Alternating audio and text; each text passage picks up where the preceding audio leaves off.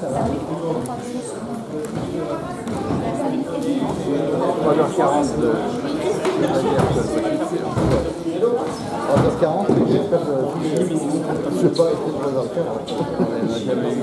Bon, je peux avoir un silence, s'il vous plaît. Merci. Nous avons le quorum. Il manque encore quelqu'un. Je peux vous m'avoir dit, c'est qui là? Ah oui, merci de donner la voix. C'est bon. Bien, je déclare cette séance ouverte. Effectivement, j'ai un certain nombre d'excuses et un certain nombre de pouvoirs.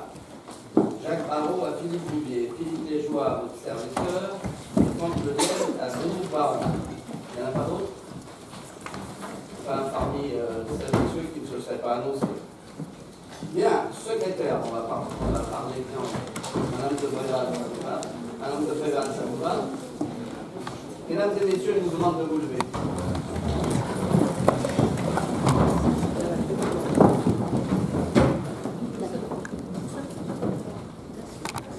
Kathleen Pesquet a été membre du conseil municipal et je dois dire que j'ai eu grand plaisir à siéger avec elle.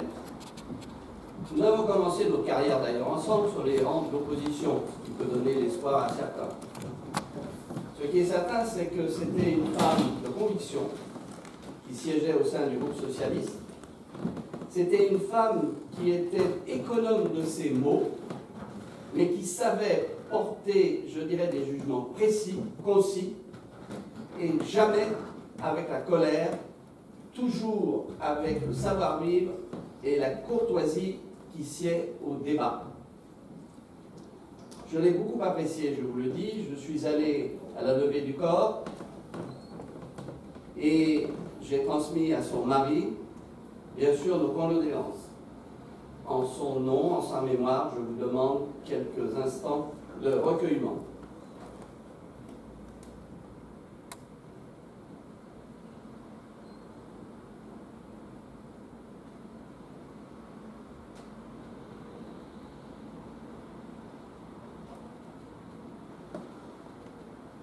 Je vous remercie. J'annonce que nous tiendrons une réunion à huis clos à l'issue de ce conseil municipal. Je demanderai donc à ce moment-là au public de quitter la salle, car j'ai effectivement un projet à vous présenter. Bien, alors, j'en viens maintenant à l'approbation du conseil municipal du 9 avril. Y a-t-il des remarques? Même cause, même effet? Merci. J'en viens maintenant au compte-rendu. Les décisions prises par l'exécutif de la mairie, soit le maire, soit l'adjoint, du 21-22. Avez-vous des remarques? Allez-y.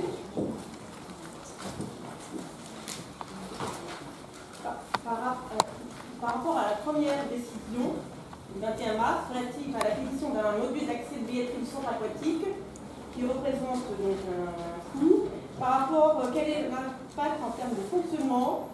Quel est, pardon, son impact en termes de fonctionnement? Quel sera le retour sur investissement?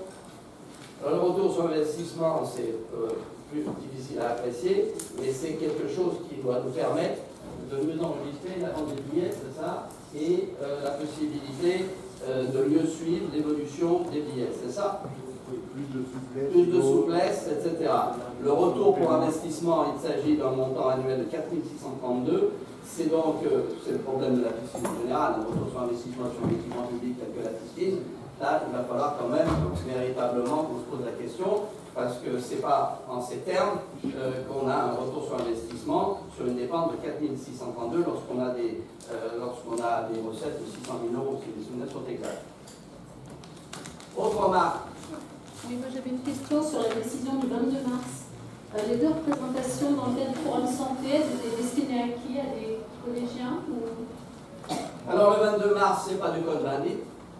Premier point. Deuxième point, Monsieur Fontac, vous pouvez donner des explications? Les représentations, c'est la mécanique de l'instant, était destinée aux collégiens. Aux collégiens. Alors, uniquement les collégiens du prieuré, parce que le collège Cocteau n'a pas désiré participer au forum santé cette année. Bien, autre remarque. Madame. Décision du 29 mars 2018 relative à la notification du marché de fourniture et de livraison de repas. Écoutez, quel est l'objet Attendez, 29 mars, vous avez dit. Quel est l'objet de la modification? La modification du marché des fournitures, donc ça, c'est pour les crèches. Oui, c'est une précision pour séparer les petits pots qui étaient considérés comme des repas alors que c'était une erreur, donc c'était juste pour clarifier le marché. La conséquence. Madame Barnes. Oui, une dernière question. Pour la décision du 27 mars concernant les ruches, il est indiqué qu'il y a une mise à disposition de terrain au pluriel. Sur place, j'ai vu des ruches sur un seul terrain. Est-ce que c'est parce que ce terrain est composé de plusieurs parcelles ou parce que vous avez prévu... Non, c'est une erreur d'accueil. Il y a un terrain, il y en a deux. Il y a trois terrains là-bas, il y a trois parcelles. Ah oui, parce que c'est un problème de parcellaire. C'est un terrain C'est pas un problème de trois parcellaire parcelles. cadastral, mais le terrain, c'est la propriété de la ville.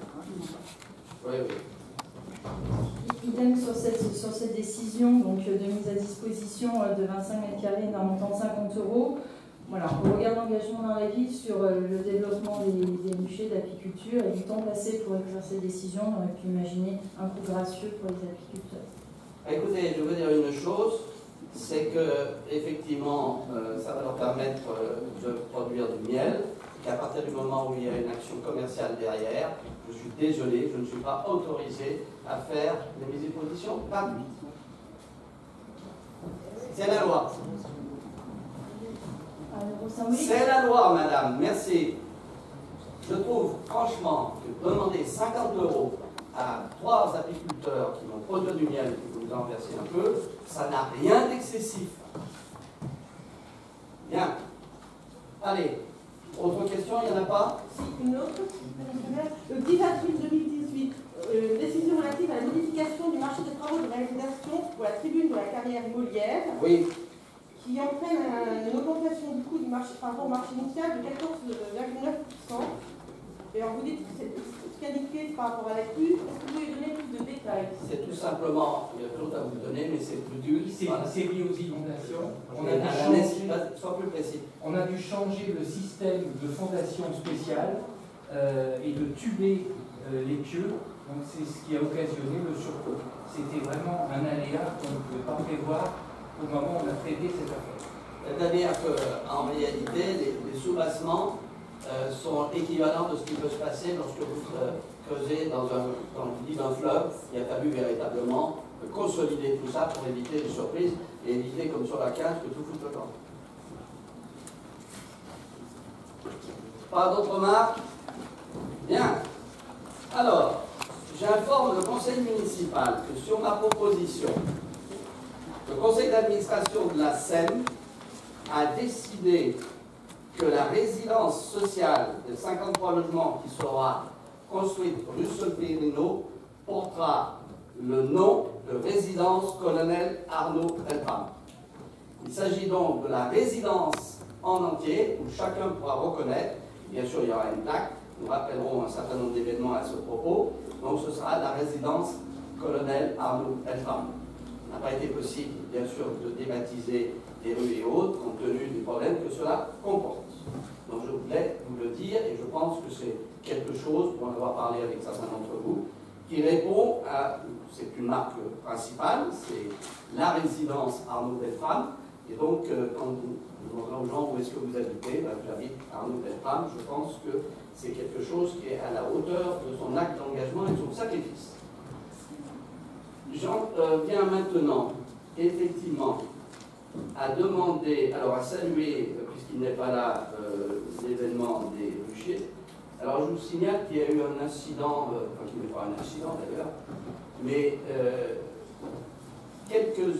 une heure après la pause de l'inauguration, il y a une partie des abeilles d'une ruche qui ont essaimé et qui sont allées se mettre dans l'arbre qui était à côté et qu'il a fallu récupérer avec une échelle une balayette, enfin pas par moi, hein, je me signale, et qui n'a pas tout de suite transporté des dessins d'abeilles dans un endroit calme pour les finir, qu'elles soient désorientées, qu'elles ne repartent pas.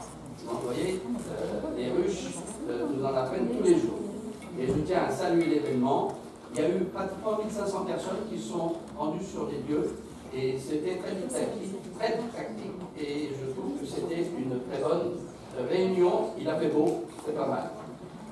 Alors, maintenant, je vais passer la parole pour un autre événement qui nous a bluffé et qui, moi, j'en ai véritablement été étonné de l'ampleur.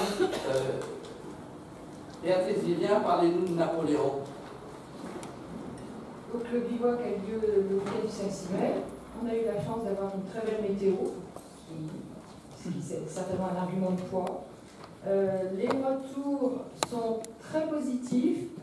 De la part, autant de la part des reconstitueurs, donc des groupes présents, qui se sont sentis vraiment accueillis par la ville, qui se sont sentis en confiance, qui n'est apparemment pas le cas partout où ils passent. Quelquefois, il y a un peu des distances.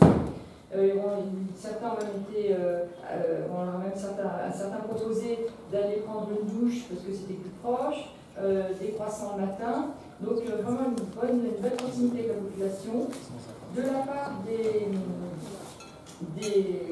la population elle-même, qu'elle soit de Maison Lafitte ou d'ailleurs, on n'a pas pu chiffrer pour l'instant s'il y avait eu un gros apport de population extérieure. C'est quasiment, ça va être difficile à chiffrer.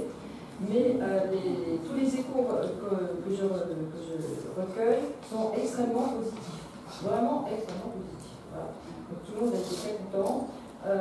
Et puis je crois qu'il faut, c'est sûr, il faut vraiment saluer la bonne participation des services municipaux, de la police municipale et nationale, des gens du parc, et tout le monde a travaillé vraiment dans le même sens et sans aucun doute. C'est-à-dire qu'il n'y a pas eu de délai dans les décisions, et ça, je crois que ça joue beaucoup dans la réussite des événements.